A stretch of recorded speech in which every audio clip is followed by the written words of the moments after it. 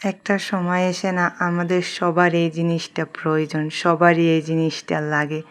আর এই জিনিসটা ছাড়া চলেই না। তো আসসালামু আলাইকুম, আপনারা সবাই কেমন আছেন? আমি তো আলহামদুলিল্লাহ ভালোই আছি। মানে এই চশমা ছোট বড় সবার লাগে ঠিক আছে, কিন্তু বয়স যখন হয় তখন এটাই হয় জীবনসঙ্গী। তো যাই হোক, মানে সঙ্গ দেয়, কারণ এটা ছাড়া আমরা কিছুই দেখতে পাই না, বুঝায়।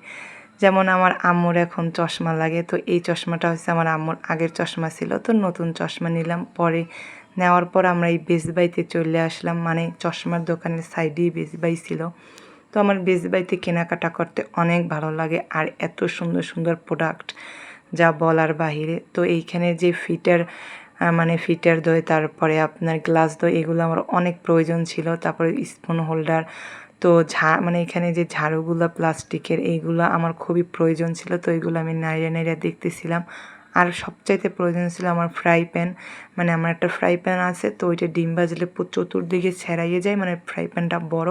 তো আমার লাগবে ছোটোর ভিতরে, মানে এই যে এরকমের ছোটো সাইজের ভিতরে ফ্রাই প্যান লাগবে। তো আজকে ফ্রাই প্যান নিয়ে নেই, অন্য কিছু টুকটাক নিছি।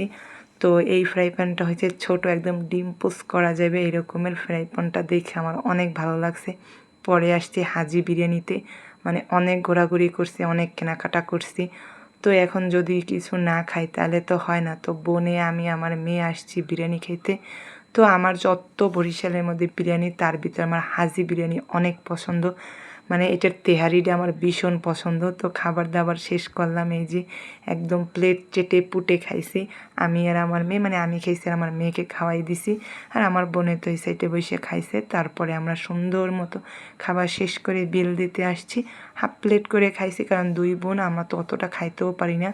তো আমার ডুগডুগি খালি আপনার টিস্যু টিস্যু। তো কেনার পরে হাজি বিরিয়ানির পাশেই তো কাঠপুটি ফলেরই বাজার, তো ওইটার আর কি মানে খেজুর কেনার দরকার ছিল। তো আমরা 2 কেজি খেজুর নিয়ে নিছি।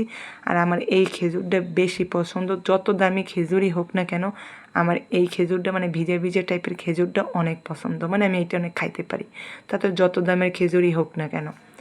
তো যাই হোক, সুন্দর করে খেজুরগুলো কিনে নিলাম। তারপরে খেজুর দাদুর কাছ থেকে কিনলাম, তারে আমরা টাকা টোকা দিয়ে তার কাছ থেকে বিদায় নিয়ে নিলাম।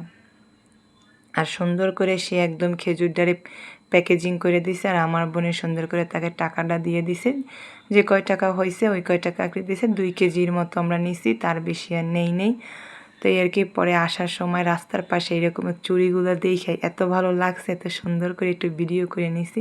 তবে চুড়ি কিনি নেই, কারণ চুড়ি তেমন পরি না। তো এই আর কি, আর যে চুড়ি কিনবো সেই চুড়ি নাই, যেমন এইগুলার সেটগুলো নাই, খালি এই জোড়া 2টাই ছিল, তো এই জন্য আর কিনি নেই। সবাই দোয়া করবেন। আল্লাহ হাফেজ।